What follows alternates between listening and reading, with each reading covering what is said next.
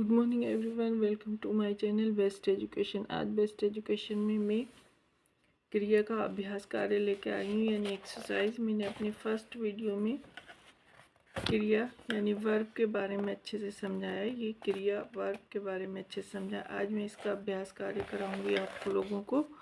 तो चलिए शुरू करते हैं। अगर आपको अच्छे से समझना है तो फुल वॉच कीजिए। क्या है ये? अभ्यास। निम्नलिखित प्रश्नों के उत्तर दीजिए मौखिक अभिव्यक्ति, यानी आपको वर्बली देना है, ओरली। तो क्रिया से आप क्या समझते हैं, समझाइए।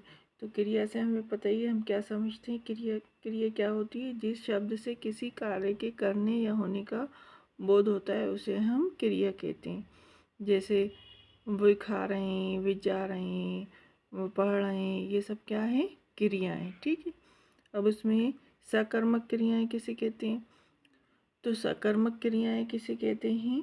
सकर्मक क्रियाएं अर्थात कर्म के साथ क्रिया। जैसे कर्म उसके साथ हो तो क्रिया, कर्म के साथ क्रिया। जैसे रवि साइकिल चला रहा है, तो चला तो क्रिया हो गई, ठीक है। और साइकिल क्या हुआ? कर्म हुआ। रवि क्या कर रहा है? साइकिल चला रहा है।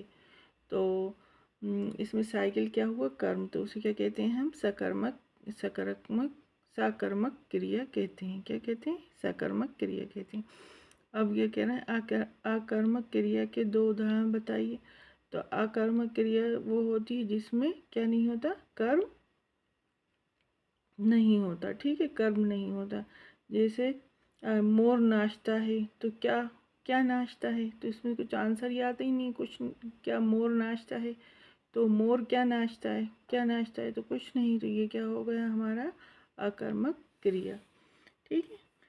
कि दो उदाहरण, एक तो हो गया मोर नाचता है, दूसरा क्या हो गया? पंखा चलता है। ये क्या होगा? आकर्मक क्रिया के हमारे दो उदाहरण। अब देखिए कानून पेज, ये तो सिर्फ मौखिक बताना था आपको। नेक्स्ट देखिए, ये क्या कह रहे हैं? निम्नलिखित प्रश्नों के उत्तर लिखिए। पहला क्या है? क्रिया किसे कहते हैं? ये कितने प्रकार की होती हैं? तो हम यहाँ से इसका आंसर लिखेंगे। उत्तर: जिन शब्दों से किसी कार्य के होने अथवा करने का बोध होता है उन्हें क्रिया कहते हैं। क्रिया के दो प्रकार होते हैं, एक तो सकर्मक क्रिया और एक आकर्मक क्रिया। एक सकर्मक क्रिया और एक आकर्मक क्रिया। अब देखिए दूसरा क्वेश्चन है, सकर्मक व आकर्मक क्रिया में उदाहरण सहित अंतर स्पष्ट कीजिए। तो नंबर एक, सकर्मक क्रिया अर्थात कर्म के साथ क्रिया। क्या होता है? इसमें कर्म होता है, कोई भी कर्म होता है फिर उसके साथ क्रिया होती है। और आकर्मक क्रिया अर्थात कर्म के बिना क्रिया, इसमें कोई कर्म नहीं होता। जैसे रवि साइकिल चला रहा है, तो रवि क्या चला रहा है? उत्तर हम अगर इसमें से कुछ क्वेश्चन निकाल के पूछेंगे तो रवि क्या चला रहा है, अगर उसका उत्तर आए हाँ क्या चला रहा है? साइकिल चला रहा है, तो ये क्या होगी? सकर्मक क्रिया।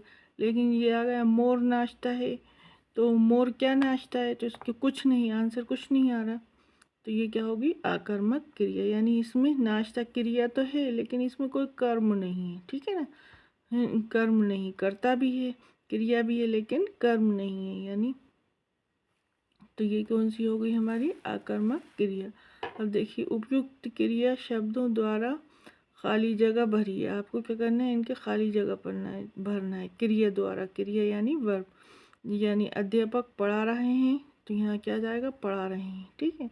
दर्जी कपड़े सी रहा है, तो यहाँ सी हो जाएगा, सीना। धोबी कपड़े धो रहा है, तो यहाँ धोना हो जाएगा, धो रहा है। गाय घास खा रही है, तो यहाँ खा हो जाएगा। विभा टीवी देख रही है, तो यहाँ देख हो जाएगा। तो ये सब क्या है? इसमें क्या भर दी हमने? क्रियाएं भर दी, ठीक है। नेक्स्ट देखिए,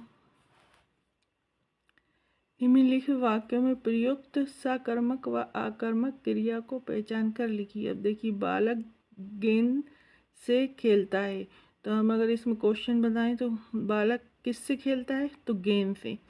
तो इसमें हमें पता चल रहा है कि कोई इसमें क्या है? कर्म है, तो ये क्या है? सकर्मक। कर्म है इसलिए ये क्या है? सकर्मक। अगर कर्म नहीं होता तो ये क्या होता? आकर्मक। जैसे रवि हंस रहा है, तो रवि क्या हंस रहा है? अब इसमें कोई, रवि हंस रहा है, सिर्फ हंसना है, क्या है? खाली क्रिया है, कोई कर्म है ही नहीं, तो ये कौन से हो जाएगा? आकर्मक, ठीक है। अब रवि मेला देखने गए, तो रवि क्या देखने गया, तो इसमें ये देखिए कर्ता भी है और क्रिया भी, वो कर्म भी है और क्रिया भी। तो ये मेला क्या है, कर्म, तो ये कौन सी होगी, सकर्मक क्रिया। यानी अगर हम इसमें क्वेश्चन निकाल पूछे रवि क्या देखने गया, तो रवि क्या देखने गया, मेला, तो ये क्या हुआ, सकर्मक। अब देखिए चिड़िया चहकती है, अब इसको हम क्वेश्चन बना के पूछें चिड़िया क्या चहकती है, तो कुछ नहीं, आंसर क्या आएगा, कुछ नहीं, तो ये क्या हुआ, आकर्मक। यानी जिसमें खाली क्रिया हो तो वो आकर्मक होता है, यानी खाली वर्ब हो, और जिसमें कर्म हो, कर्म भी हो, तो वो क्या होता है, सकर्मक होता है। क्रिया और कर्म दोनों हो, जैसे ये कर्म है और ये क्रिया। ठीक है, नेक्स्ट देखिए, नेक्स्ट क्या है आपका, बहुविकल्प चुनिए। यानी क्वेश्चन दिए हुए हैं, क्वेश्चन दिया है, इसमें से आपको 4 विकल्प दिए हुए हैं, 4 ऑप्शन दिए हुए हैं, आपको इसमें से चूज़ करना है। तो जैसे सही उत्तर वाले विकल्प पर सही लगाए, जैसे कार्य करने या होने को कहते हैं, कार्य करने या होने को क्या कहते हैं, हम क्रिया कहते हैं। ठीक है, कोई भी कार्य कर रहा है या हो रहा है तो इसको हम क्रिया कहते हैं या वर्ब कहते हैं। कोई कार्य यानी काम, ठीक है, वर्क, होने या करने को। नेक्स्ट पेज पे देखिए, क्रिया के भेद होते हैं, क्रिया के कितने भेद होते हैं, 2 भेद होते हैं। एक हमने पढ़ा कौन सा, आकर्मक, और एक सकर्मक। ठीक है, तो क्रिया के कितने भेद होते हैं, 2 भेद होते हैं, तो हम 2 पे निशान, ये साइन चूज कर लिया। देखिए सकर्मक क्रियाओं में आवश्यकता होती है, सकर्मक क्रियाओं में किसकी आवश्यकता होती है, काल की, कर्ता की, कारक की या कर्म की, तो कर्म की होती है, कर्म ज़रूर होने चाहिए उसमें। ठीक है, नेक्स्ट देखिए, माँ फ्रॉक सिल रही है, वाक्य में प्रयुक्त क्रिया है, कौन सी है, अकर्मक है, सकर्मक है, दोनों है या क्रिया नहीं है। तो देखिए माँ फ्रॉक सिल रही है, तो इसमें फ्रॉक यानी कर्म भी है, कर्म भी है और क्रिया भी है। तो फ्रॉक सिल रही है, अगर क्वेश्चन पूछे माँ क्या सिल रही है, तो आंसर आएगा फ्रॉक सिल रही है, तो ये कौन सा होगा हमारा, सकर्मक। ठीक है ना, सकर्मक।